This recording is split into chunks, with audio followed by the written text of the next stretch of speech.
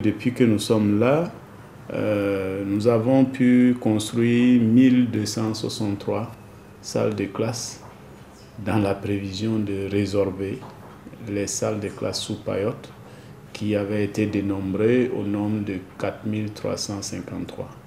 Nous avons également pu, toujours dans le cadre de la construction des infrastructures, normaliser avec la construction de 1643 salles de classe. Nous avons également mis en construction 33 complexes scolaires. La nouveauté depuis que le président Roch Marc Christian Kaboré est arrivé au pouvoir, c'est que nous y adjoignons également un volet électrification solaire en milieu rural. Nous avons également pu construire 407 collèges d'enseignement général. Toujours dans ce cadre-là, l'acquisition de kits laboratoires de maths, de PC et de SVT pour 25 établissements qui est en cours d'exécution actuellement. À cela, il faut ajouter l'ouverture à cette rentrée de 2 lycées scientifiques. Il y a un lycée à Ouagadougou, le site d'emprunt du DSUE, et un deuxième lycée scientifique à Bobo. En termes de personnel pour animer le dispositif, nous avions fait également d'importants efforts par le recrutement de 22 257 personnels dans les divers emplois de l'éducation nationale, qui était une réelle nécessité pour réduire le déficit important que nous avions en enseignant, surtout au niveau du post-primaire et notamment dans des filières justement scientifiques.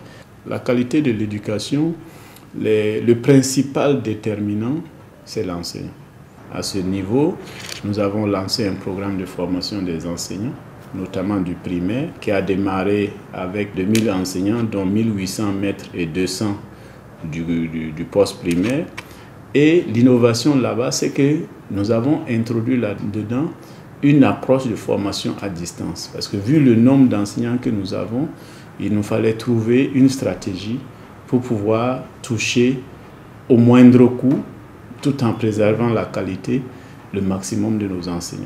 Donc nous avons mis en place cette approche qui est en train de s'expérimenter, dont les résultats seront connus d'ici mars 2018.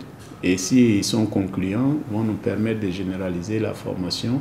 Il y a également la tenue effective de l'ensemble des conférences pédagogiques qui ont vocation à accompagner la professionnalisation de l'ensemble des personnels du ministère de l'Éducation nationale, à mieux prendre en charge les missions qui leur sont confiées.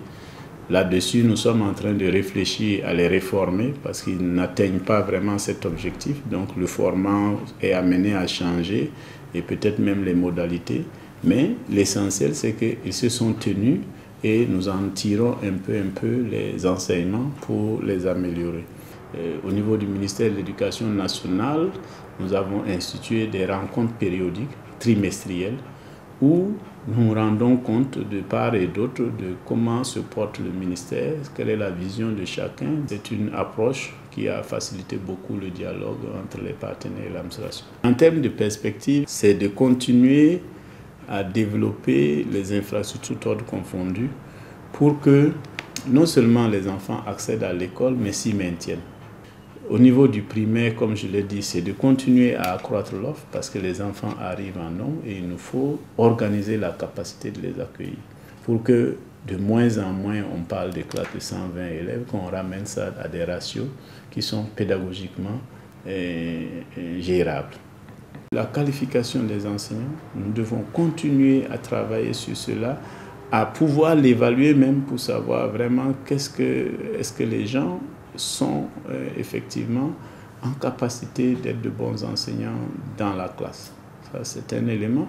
Deuxièmement, nous devons aussi être en capacité au niveau de l'encadrement, qui est également un élément important, pouvoir superviser et suivre ce que font ces enseignants pour que nous ayons une photographie réelle de ce qui se passe dans nos écoles et nous assurer que ce qui se passe est à même de former le Burkinabé citoyen et de demain que nous voulons tous avoir.